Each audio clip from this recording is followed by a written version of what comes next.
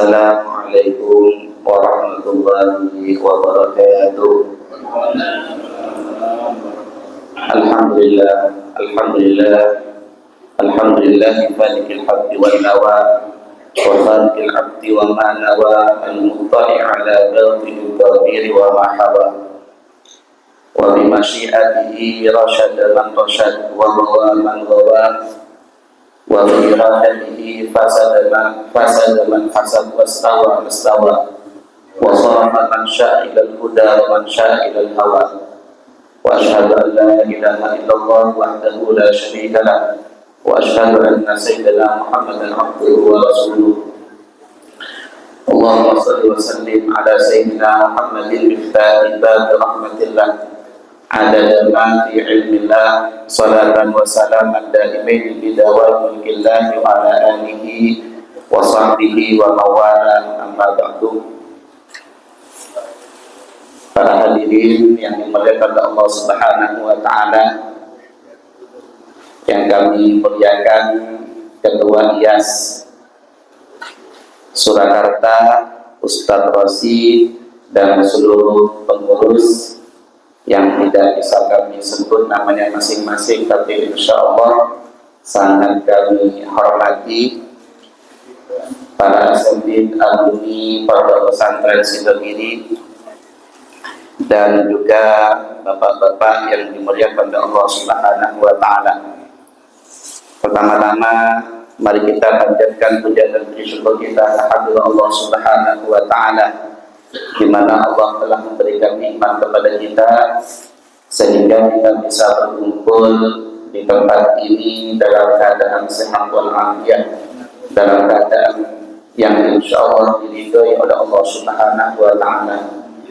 Mudah-mudahan perkumpulan kita di tempat ini dijadikan oleh Allah Subhanahu wa taala perkumpulan yang diridhoi, perkumpulan yang menjadi wasilah kita semua diampuni oleh Allah Subhanahu wa taala. Kemudian salawat serta salam kita haturkan kehadiran Nabi Agung Nabi besar Nabi Muhammad sallallahu alaihi wasallam yang telah membawa kita dari alam jahiliyah menuju ke alam yang terang benderang, yaitu al-Islamu ya'lu wa la ilaha. Mudah-mudahan kita sekalian diakui sebagai umatnya Nabi Muhammad sallallahu alaihi wasallam dan kita semua mendapatkan syafaat daripada beliau kelak di hari kiamat. Amin amin ya rabbal alamin. Para hadirin yang dimuliakan Allah Subhanahu wa taala, pada kesempatan ini insyaallah kami akan membahas tentang ikhtiar kita agar supaya anak kita itu menjadi anak yang saleh dan salehah. Insyaallah nanti akan kami sampaikan tips-tips daripada para ulama. Yang pertama, ada salah satu faidah dari para ulama itu, kata para ulama, salah satu daripada faidah surat Al-Qadr itu inna anzalnahu fi lailatul qadr wa ma adraka ma lailatul qadr ila akhirih. Itu salah satu faidahnya kata para ulama, idza quri'at wa yatul qari ala sil maulud lam yasmi fi umurihi abadan. Surat Al-Qadr itu kalau dibacakan, kemudian tangan orang yang membaca itu diletakkan di kepala seorang anak, itu salah satu faedahnya adalah lam yasni fi umurihi abadan, maka anak itu tidak akan berzina seumur hidup. Jadi baca, pegang kepalanya, itu salah satu faedahnya. Insya Allah biiznillah anak itu tidak akan berzina seumur hidup. Nah, itu salah satu faedah daripada surat Al-Qadr. Karena hal yang semacam ini penting disampaikan karena zamannya seperti sekarang sudah luar biasa. Kemudian disebutkan suatu ketika itu ada seorang laki-laki datang kepada Sayyidina Umar bin Khattab. Laki-laki ini mengadukan kepada Sayyidina Umar perihal anaknya yang durhaka. Datang kepada Sayyidina Umar kepengen curhat, anaknya ini durhaka banget, sangat durhaka. Kemudian ditemuilah oleh Sayyidina Umar. Kemudian disampaikan, wahai Sayyidina Umar, anak saya ini begini dan begitu durhaka, kalau dinasehati selalu melawan dan melakukan maksiat, minum minuman keras, mencuri dan lain semacamnya. Akhirnya apa? Akhirnya anak itu dipanggil oleh Sayyidina Umar, dihabisi oleh Sayyidina Umar, dimarahi oleh Sayyidina Umar. Ini yang marah Sayyidina Umar, yang marah Sayyidina Umar luar biasa. Wong setan itu kalau berpapasan dengan Sayyidina Umar itu lebih milih jalan yang lain, takut berpapasan dengan Sayyidina Umar. Dimarahi oleh Sayyidina Umar. Kemudian setelah dimarahi itu, anak itu bertanya kepada Sayyidina Umar, wahai Sayyidina Umar, saya mau tanya, kira-kira orang tua itu punya hak enggak yang wajib ditunaikan kepada anaknya? Kalau seorang anak punya hak kepada orang tua itu hal yang lazim dan sudah kita ketahui. Tapi yang saya tanyakan adalah, apakah orang tua itu punya hak yang wajib ditunaikan kepada anaknya? Kata Sayyidina Umar, ada, yaitu ada 3 perkara hak orang tua yang wajib ditunaikan kepada anaknya. Apa yang pertama? Ayyan taqiyah ummahu. Hak seorang ayah kepada anaknya pertama kali adalah ayyan taqiyah ummahu, yaitu mencari seorang ibu yang baik. Kemudian yang kedua kata Sayyidina Umar, yuhassina ismahu, memberikan nama yang baik. Kemudian yang ketiga kata Sayyidina Umar, wa yu'allimuhul kitab al-Qur'an, kemudian mengajari Al-Quran. Kemudian anak itu bilang, kalau begitu Sayyidina Umar, ayah saya ini itu tidak ada satupun yang dia lakukan daripada haknya tadi itu. Adapun ibu saya itu adalah seorang perempuan dari bangsa Zinji, yaitu perempuan yang berkulit hitam, dan dia ini adalah hamba sahaya, seseorang penganut agama Majusi, yaitu seseorang yang menyembah api. Kemudian yang kedua, ayah saya itu memberikan nama saya Ju'alan. Ju'alan itu maknanya adalah khunfasa. Saya sama orang tua itu dikasih nama khunfasa. Khunfasa itu artinya adalah kalilawa. Kurang ajar banget kan orang tuanya rasa anaknya dikasih nama kalilawa.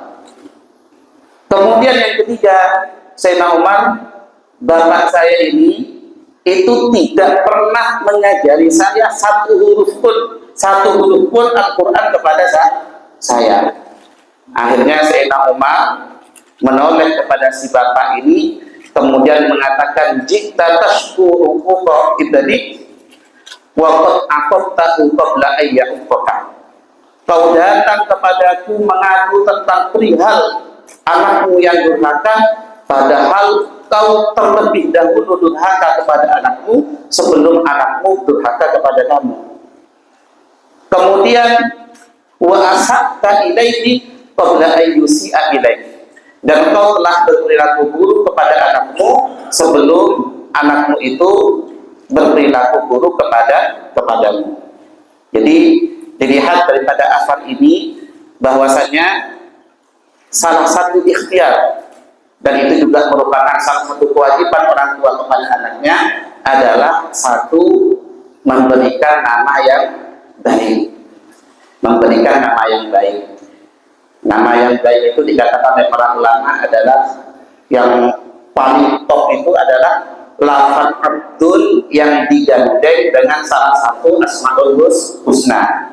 Misalnya Abdul Khalik, Abdul Rahman, wah ini sangat bagus. Kemudian Abdul Razak, wah ini sangat bagus. Abdul Khalik yang jadi imam tadi, ini contoh nama-nama yang paling bagus. Kemudian nama-nama baik lainnya, kayak Imam Syafi'i, kemudian Ustadz Ahmad Muslim, ini nama-nama yang baik. Karena apa seperti itu? Rasul Shallallahu Alaihi Wasallam pernah bersabda begini, Innakum tud'auna yaumal qiyamah bi ahsani asma'ikum wa abaikum. Kalian telah akan dipanggil di hari kiamat itu dengan nama terbaik kalian dan nama orang tua kalian. Disebutkan binnya itu. Kemudian perintah Nabi, fahasinu asma'akum. Maka perbaguslah nama kalian. Jadi nanti kita itu akan diabsen di hari kiamat dengan nama kita yang paling bagus dan juga akan disebutin orang tuanya. Ini bayangkan, ini luar biasa. Jangankan nanti di hari kiamat di hadapan para nabi, di hadapan orang banyak. Bayangkan misalnya kita sekolah dalam satu ruangan, kemudian nama kita jelek, misalnya namanya Doret begitu ya, Doret namanya. Kemudian, nah kita kan merasa malu kan ya, disebutin di hadapan orang-orang yang berada dalam satu ruangan. Apalagi nanti di hadapan para nabi, di hadapan Nabi Muhammad, para anbiya, para rasul. Tentu kalau nama kita yang itu buruk, kita akan merasa malu yang luar biasa. Maka kemudian Nabi memerintahkan hasinu asma'akum, maka perbaikilah nama kalian, perbaguslah nama kalian. Dan sekarang fenomenanya kan beda ya. Fenomena itu beda sekarang. Karena apa? Karena orang-orang di zaman sekarang itu nyari nama, biasanya nama yang penting keren ya, yang ada ke baratan. Justru yang kata para ulama itu adalah nama yang terbaik itu malah dikatakan kampungan. Senangnya orang sekarang itu nama-nama yang keren, dikasih nama Messi lah, Ronaldo lah, Pele lah, dan lain semacamnya. Nama-nama yang bagus-bagus, artinya bagus itu mulai sudah ditinggalkan. Padahal dalam nama itu ada sebuah harapan, di dalam nama itu ada sebuah doa. Ada seorang tabi'in yang bernama Sa'id bin Musayyab itu pernah cerita, dahulu kakekku itu pernah dipanggil oleh Nabi. Kemudian ketika di hadapan Nabi ditanya, siapa namamu? Kemudian dia bilang, nama saya Hazan. Nama saya Hazan. Hazan itu maknanya adalah sedih. Kemudian kata Nabi, la bal anta sahdun. Tidak, namamu adalah Sahel. Sahel itu artinya adalah mudah. Kemudian kakeknya, tabi'in yang bernama Sa'id bin Musayyab ini mengatakan, saya tidak akan pernah mengubah nama yang telah diberikan orang tua saya kepada saya. Akhirnya apa? Kata Sa'id bin Musayyab, maka semenjak itu kami itu kehidupannya selalu sedih. Berarti menurun Pak. Dari kakeknya, kemudian bapaknya Sa'id bin Musayyab, sampai Sa'id bin Musayyab itu mengalami kesulitan dalam hidupnya. Karena mau diubah oleh Nabi menjadi Sahel, malah jawabannya saya tidak akan pernah mengubah nama yang telah diberikan orang tua saya. Jadi pada nama itu ada suatu harapan. Kenapa dikasih nama Imam Syafi'i? Kenapa kok dikasih nama Abdul Rahman? Karena orang tuanya punya harapan supaya ini anak menjadi orang yang memiliki rasa belas kasih yang biasa. Abdul Razak supaya supaya rezekinya itu lancar. Kemudian yang kedua adalah mencarikan ibu yang baik, ya, mencarikan ibu yang baik, ibu yang salihah. Karena apa? Karena bagaimanapun al-um itu adalah madrasatul ula. Ya, ibu itu adalah madrasah pertama. Karena sebelum anak itu dilepas ke PAUD, dilepas ke TK, dilepas ke SD, itu selalu bersama dengan ibunya. Maka insya Allah kalau ibunya ini adalah ibu yang baik, perempuan yang baik, maka insya Allah anaknya itu akan menjadi anak yang baik. Kalau ibunya rajin ibadah, seorang hafidhah, maka insya Allah itu nular kepada anaknya, akan nular kepada anaknya. Tapi sebaliknya, kalau ibunya ini mohon maaf senang jogetan di TikTok misalnya, insya Allah itu anaknya gak jauh beda. Karena apa? Karena dikatakan kullu mauludin yuladu 'ala fitrah. Setiap anak itu dilahirkan dalam keadaan suci. Wa inna ma abawahu yumajjisanihi wa yuhawwidanihi wa yunassiranihi. Yang menjadikan anak itu buruk itu adalah orang tuanya. Yang menjadikan anaknya itu beragama Majusi, beragama Nasrani, beragama Yahudi, itu adalah orang tuanya. Jadi faktor lingkungan itu sangat berpengaruh kepada karakter anak. Maka insya Allah kalau orang tuanya baik, terutama adalah ibunya baik, maka insya Allah anaknya juga baik. Seorang Sayyidul Tabi'in Hasan al-Basri, Hasan al-Basri itu pernah ditanya, wahai Hasan al-Basri, engkau ini kok bisa menjadi Sayyidul Tabi'in, kok bisa menjadi para pemimpin, para tabi'in, kok bisa kau ini menjadi alim luar biasa, kok bisa kau ini menjadi orang besar? Kemudian dijawab oleh Hasan al-Basri, dahulu ibu saya itu khidmat kepada salah seorang istri Nabi, jadi menjadi pelayannya istri Nabi. Kemudian kalau ibu saya itu disuruh ke pasar belanja, maka saya yang masih kecil, bayi itu digendong oleh salah satu istri Nabi. Maka ketika saya menangis, saya itu disusui oleh beliau. Maka berkah air susu perempuan yang solehah yang masuk ke dalam perut saya bisa menjadi orang seperti ini. Jadi air susu seorang ibu itu sangat berpengaruh. Ada juga Imam Haramain, itu pernah ditanya salah satu hukum, pernah ditanya hukum, pernah disodari hukum, semuanya dijawab kecuali satu pertanyaan yang tidak dijawab oleh beliau. Kemudian orang itu tanya, wahai Imam Haramain, kenapa engkau tidak bisa jawab? Padahal kau ini adalah imamnya dua kota suci, kota Mekah dan Madinah. Kenapa engkau tidak bisa jawab? Kemudian beliau itu bilang begini, dahulu ketika ibu saya ke pasar, ibu saya itu punya pelayan perempuan. Kemudian ketika saya menangis, suatu ketika saya menangis, menjerit dan gak bisa dihentikan, saya itu digendong sama pelayan ibu saya ini, kemudian disusui.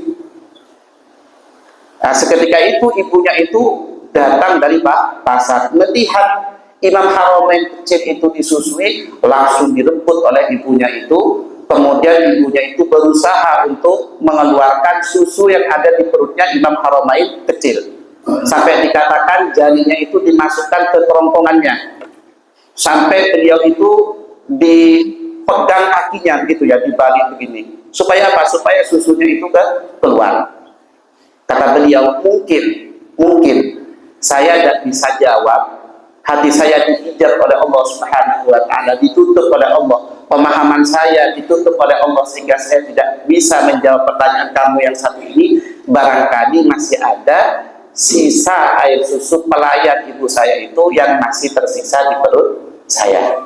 Ini sangat luar biasa. Jadi oleh karena itu kita harus memastikan ya, bagaimana sekiranya harta yang kita bawa ke rumah itu betul-betul bersumber dari yang halal, karena itu sangat berpengaruh kepada anak-anak kita. Kemudian, karena ini ada pesannya Pak Musbeh disuruh singkat-singkat katanya ya, lebih banyak ke pertanyaannya kata beliau. Kemudian yang ketiga adalah mengajari Al-Quran. Mengajari Al-Quran. Ini termasuk kewajiban orang tua kepada anak. Tetapi yang paling penting daripada Al-Quran itu adalah isinya. Ya, yang paling penting itu adalah isinya. Dan fenomenanya saat ini itu di mana-mana itu berlomba-lomba mengadakan tahfidz Al-Quran, sehingga banyak pelakat-pelakat itu tahfidz 30 juz. Kemudian sekolah-sekolah brosurnya biasanya tahfidz 4 juz begitu. Itu fenomena di zaman sekarang. Coba kalau kita lihat pendidikan Nabi itu seperti apa sih? Pendidikan Nabi itu digambarkan oleh seorang sahabat namanya sahabat Jundab. Itu beliau berkata begini, kunna ma'an Nabi sallallahu alaihi wasallam fayu'allimunal iman summa yu'allimunal Quran. Kata sahabat Jundab, dahulu kami waktu muda, para sahabat-sahabat muda itu ketika kumpul dengan Nabi, itu yang diajari pertama oleh Nabi itu bukan Al-Quran. Yang diajari pertama oleh Nabi itu adalah iman. Jadi ditata imannya dulu oleh Rasul Shallallahu Alaihi Wasallam. Ditata dulu dasarnya oleh Nabi. Kemudian setelah itu summa yu'allimunal Quran. Kemudian setelah itu Nabi mengajari kita tentang Al-Quran. Kemudian wasayati, dan akan datang, kata beliau, suatu zaman di mana orang-orang itu akan belajar Al-Quran sebelum mempelajari tentang keimanan. Nah, ini sudah terjadi di zaman sekarang. Orang itu ngejar tahfidz, kemudian ngejar bacaan Al-Quran, tapi mereka tidak paham isinya. Coba kalau kita lihat di pendidikan yang ada di sekitar kita, TPA begitu, itu kan yang ditekankan itu adalah pelajaran Al-Qurannya. Ketika TPA di sana, kemudian lulus SD itu sudah berhenti, tidak diajari isinya. Sehingga apa? Sehingga banyak anak-anak di zaman sekarang itu boncengan dengan sepupunya, itu gak tahu kalau itu adalah hal yang dilarang, tidak tahu kalau sepupu itu adalah mahram. Di zaman sekarang banyak orang-orang melakukan, anak-anak muda sekarang itu melakukan hal-hal yang dilarang, kebanyakan mereka gak tahu. Kenapa? Karena mereka pendidikannya seperti itu, cuma belajar Al-Quran, tapi dasarnya itu tidak ditata. Maka yang paling bagus itu adalah ditata dulu dasarnya. Makanya kita yang berada di Jawa Timur, yang katanya itu kiblatnya keilmuan itu ada di Jawa Timur. Kita di Jawa Timur itu yang diajari pertama itu adalah tentang dasar-dasar. Ya, kita diajari yang namanya Kifayatul Awam, diajari tentang dasar-dasar sifat-sifat yang wajib kepada Allah, sifat yang mustahil kepada Allah, dikenalkan kepada Nabi Muhammad, anak-anaknya Nabi, siapa saja. Kemudian diajari tentang fikih-fikih dasar. Baru setelah itu kita diajari Al-Quran. Kenapa? Karena yang paling penting itu adalah isinya. Bukannya Al-Quran itu tidak penting, membaca Al-Quran itu tidak penting. Penting. Siapa yang mengatakan tidak penting? Itu adalah kitab suci kita. Maka sangat aneh kalau kita selaku orang Islam nggak bisa baca Al-Quran, kitab suci kita. Tapi yang paling penting itu adalah isinya. Ya, yang paling penting itu adalah isinya. Jangan sampai Al-Quran itu cuma ada di kerongkongan kita, tapi tidak masuk ke dalam hati kita. Maka jangan dikira orang-orang yang membunuh Sayyidina Ali itu orang biasa. Abdurrahman bin Muljam itu adalah seorang yang hafid Al-Quran. Kalau malam beliau jarang tidur, tahajud kepada Allah. Cuma ya itu, Al-Qur'annya cuma di kerongkongan, tidak sampai masuk ke dalam hati. Oleh karenanya ketika Sayyidina Ali itu mutus Sayyidina Ibnu Abbas untuk berdebat dengan orang-orang Khawarij, beliau masuk ke perkampungan orang-orang Khawarij, beliau itu kaget dan takjub. Kenapa? Karena dari rumah orang-orang Khawarij itu ketika siang hari terdengar bacaan Al-Quran dari setiap rumah. Akhirnya beliau itu takjub begitu. Orang yang semacam ini sampai bisa nyeleweng, kemudian sampai akhirnya membunuh Sayyidina Ali karramallahu wajhah. Itu. Kemudian yang terakhir, yang paling terakhir adalah ikhtiar kita agar supaya anak kita menjadi anak yang soleh dan solehah itu. Dan ini yang paling mutakhir, dan banyak buktinya. Apa itu? Senang kepada orang yang soleh, senang kepada orang yang soleh, dan memberikan hadiah kepada orang yang soleh, memberikan hadiah kepada para ulama. Itu termasuk sabab yang bisa menjadikan anak-anak kita itu menjadi anak yang soleh dan soleh. Maka kita itu dulu orang tua kita di kampung sana di Jawa Timur itu kalau ada seorang kiai masuk ke kampung itu, mereka berebutan ngasih amplop. Saya nggak paham kok bisa ngasih amplop sih, bukan gurunya, bukan apa gitu.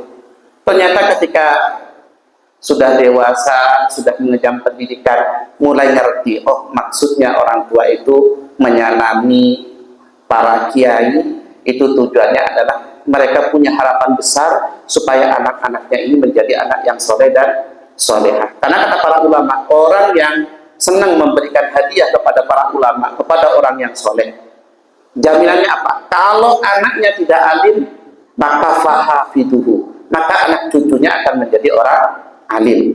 Saya punya guru, ini yang terakhir, punya guru namanya Ustaz Mahfud Sanai almarhum, mudah-mudahan Allah Subhanahu wa taala merahmati beliau dan mengampuni beliau. Itu beliau di awal-awal pondok itu biasa-biasa saja. Ya tidak top lah. Tapi orang tua beliau itu punya kebiasaan kalau ngirim Ustaz Mahfud Sanai kecil waktu mondok itu punya kebiasaan ditanyain, nah menurut kamu teman-teman kamu itu siapa yang paling pintar? Dijawab, oh iya Pak, di kelas itu yang paling pintar itu fulan. Ya sudah nak. Itu Pak, ketika ngirim lagi, pasti anak yang ditunjuk, yang dikatain pintar itu pasti diberikan hadiah. Entah itu uang, entah itu buah-buahan, dan lain semacamnya. Dan begitu seterusnya. Ketika ngirim, nah menurut kamu siapa asatid yang paling alim di sini? Oh ada Pak, fulan. Itu ketika ngirim lagi itu diberikan kalau dahulu ya kalau ngirim itu dikasih mangga satu dus, diberikan kepada orang yang katanya alim itu. Ya tiada lain dan tiada bukan tujuannya supaya anaknya menjadi orang alim. Dan betul Pak, betul. Ketika beliau itu sudah aliyah, dibuka oleh Allah, beliau menjadi orang top, menjadi orang alim yang luar biasa, pintar, ceramah dan lain semacamnya. Berkah orang tuanya senang kepada orang alim, berkah orang tuanya itu senang memberikan hadiah kepada orang alim. Maka benar yang dikatakan oleh Syekh Az-Zarnuji dalam kitab Ta'lim Muta'allim itu, orang yang senang kepada orang yang alim, maka kalau anaknya tidak alim, fahafidhuhu, maka anak cucunya akan menjadi orang alim. Ini yang bisa kami sampaikan, mudah-mudahan ada manfaatnya, terkhusus kepada saya pribadi dan kepada para hadirin sekalian. Kalau ada hal yang kurang berkenan akan mohon dimaafkan. Wassalamualaikum warahmatullahi wabarakatuh.